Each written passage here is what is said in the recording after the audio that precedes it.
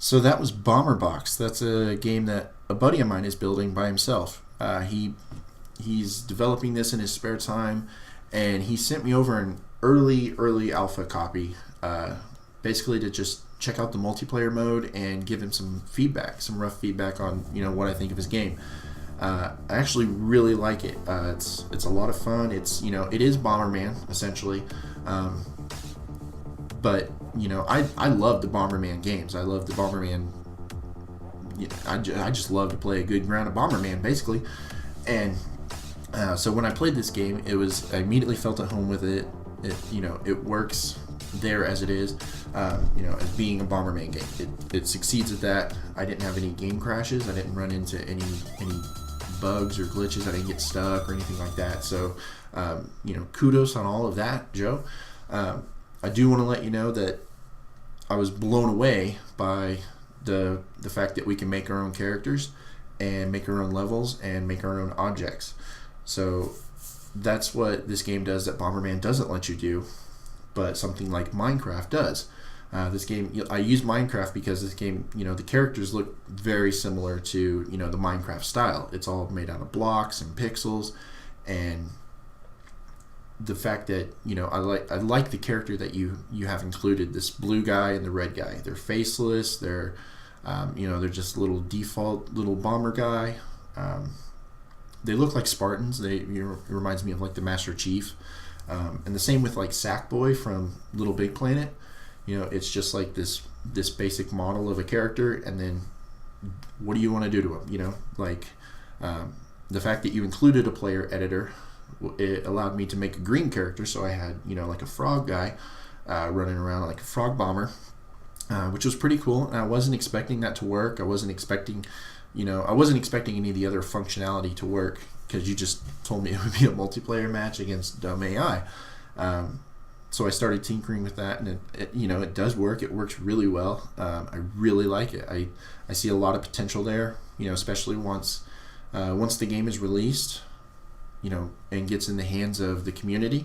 I could see full communities.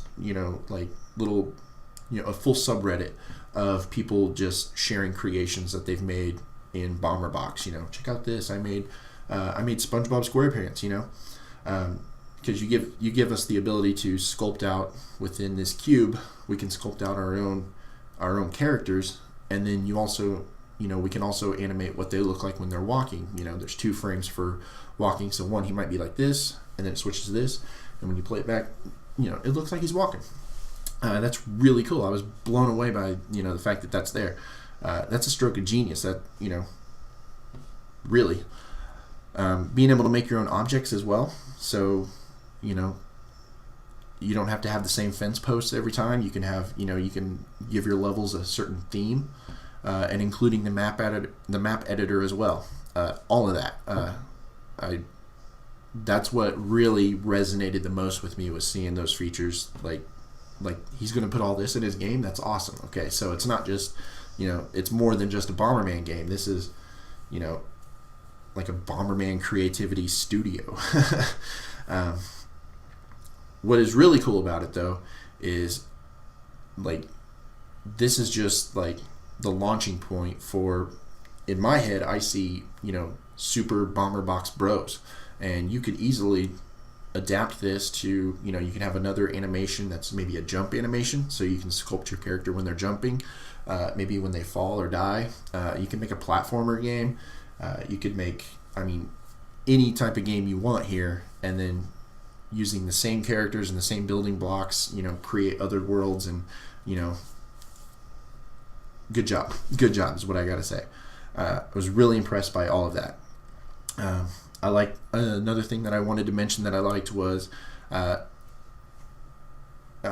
I was surprised by the inclusion, but you also have weather effects. So you can play the match, you can play Bomberman, and it's nice and sunny, and you can see the entire board.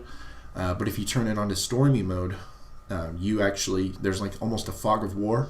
You can only see what's around your Bomberman character. And in a game like Bomberman, that's huge, because that changes everything. Once you can't see where the bombs are in front of you because it's in the darkness, yeah, that changes everything, especially in later matches if you've got well-experienced Bomberman players. I mean, you're going to have a lot of fun with that. I can't wait to play that, and I really want to see this game succeed.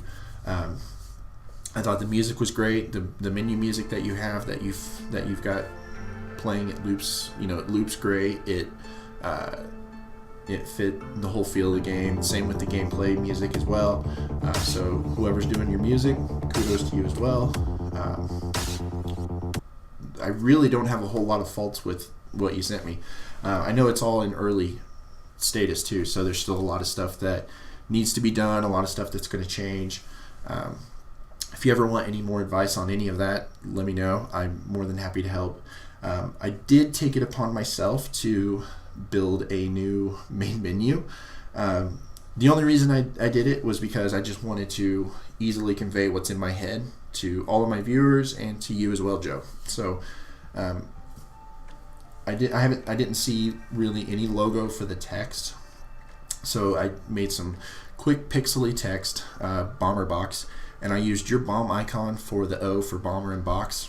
If you want to use it, go for it. Just really using the assets you had, but I wanted to show you what I see as a streamlined version of the main menu. So you've obviously got campaign. My campaign doesn't work button doesn't work because your campaign button didn't work either.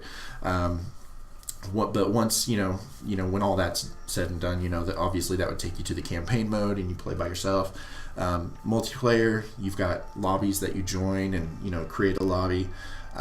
That all works and everything. I think it works great. It functions great. What I'm picturing is a release on Xbox Live Arcade, PlayStation Network, Nintendo eShop. I want to see this get into as many hands as possible. I want to help you get this game into as many hands as possible. I think you have a great game foundation just laid out here for even franchise opportunities. Like I mentioned earlier, Super Bomber Box Bros. There's other avenues you could explore with this that let people, if people can create their own characters and animate those characters and then have them, do stuff in the environment. So obviously in the settings, you'd go in and you'd have your WASD keys and you could use keyboard and mouse, but it could be tailored specifically to use a controller as well. Because that's one of the things I noticed with the way your editor is set up. Your character editor, your object editor, it's all set up in a way that you could use a controller to create stuff with that. You don't have to. It's not drawing with a keyboard and mouse. You're not actually really sculpting anything. It works in a similar way that just with the right amount of time and resources. It could be, you could easily get that up and running and then, get a playable build that's on Xbox Live, PlayStation Network, like I mentioned, because I see, that game getting released, even if it was released, on PlayStation Plus or, Games with Gold for free for, 1 month and people were just downloading it for free. Think of all the exposure that you would get. And then from there, the communities start piling up and people are sharing their creations. Run with it. Run with this because this is pretty fun. I really enjoyed it. I thank you for sending it over to me. If you have any more questions or comments about what my experience was, let me know. If you guys want to see the development of Bomber Box and see where it goes, you can click up here to go to Joe's channel. You can get in contact with him through there, and he's always posting updates on little projects and stuff that he's working on. So if you want to find out more about it, you can go over there and visit him. So thanks again, Joe. Enjoyed playing the game, and I look forward to seeing it on Steam Greenlight really soon. So thank you.